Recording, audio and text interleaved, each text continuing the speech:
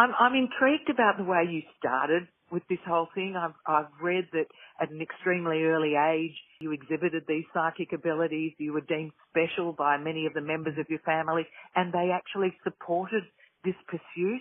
How did you first come across these powers, and did they frighten you?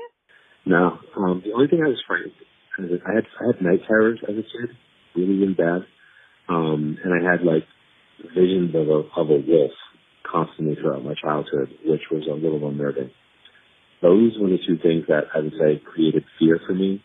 But, if you don't know what something is, you can't be afraid of it. So I can only tell you what I remember as a child that caused me fear.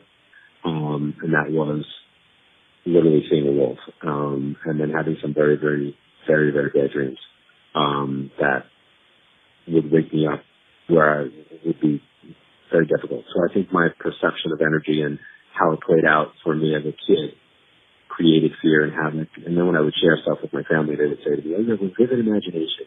You have such a vivid imagination." And I'd be like, "Okay, but what about the wolf? Because I'm not, what are we doing about that?" Right? That to me was a big bone of contention that nobody took seriously. Like they thought I was like being, creative, and I'm like. No, I'm not trying to be creative or have a vivid imagination. I want you to come shoot this thing that's in my room. Like that was my fear. So when I got into my teenage years, the wolf kind of dissipated. It didn't really show up like it used to.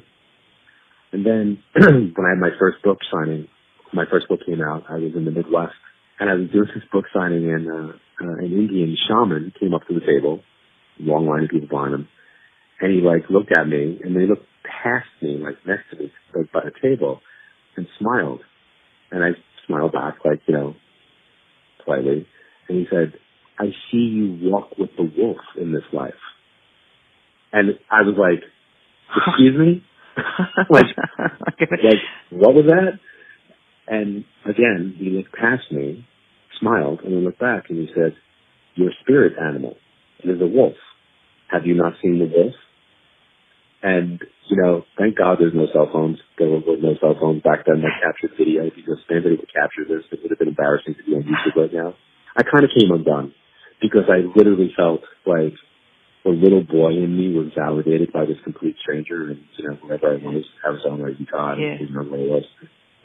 And I just had this moment of oh my God, you see him? Seriously? Because it's the one thing, really, the only thing my mother in life never validated for me. John, you've been a huge success across the world for so many years, and even skeptics can see that there's obviously something going on with you. How do you get the information? What do you understand about the talent, the powers, the whatever you call it? What do you understand about it? Well, I think that we all have intuition and we all have psychic ability. And I think that I've looked at it. So I don't see myself as having a gift. I see myself as if, we all have biceps. We all have muscles.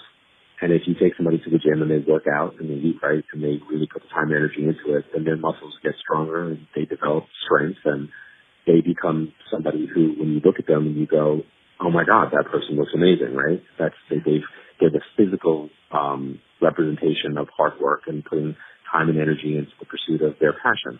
So I have psychic abs. You know what I'm saying? I've worked really hard at developing my spiritual fitness. I've utilized my energy, and I want to push the boundaries always. I've read that there's a 2-year wait for you to do personal readings. Why do you prefer not to do celebrities? I don't enjoy it. It's one extra layer that you have to navigate and get through because there's stuff about them that's out there. So they kind of come with an attitude a little bit, there's a lot of stuff about them that's out there, so you have to work extra hard to get their attention. And I'm not really that person. I am not very patient. So it's if if I'm reading some of my family and I give them information and they go, "Well, you knew that," the reading's over.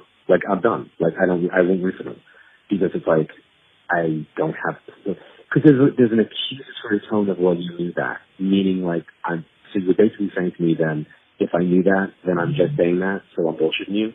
That's not okay. Yeah. So I will read family and friends. I recommend it to somebody else. Celebrities come with that. When I did Crossing Over, and they, the network forced celebrities on the show because they wanted to, quote unquote, use that as promotion for the show, it was my least favorite thing to do. I could keep talking to you for hours, and I know I need to let you go. I really appreciate the time that you've given me here on this call, and we really look forward to seeing you again in Australia. Just keep coming back down under all that you can. We can't get enough of you.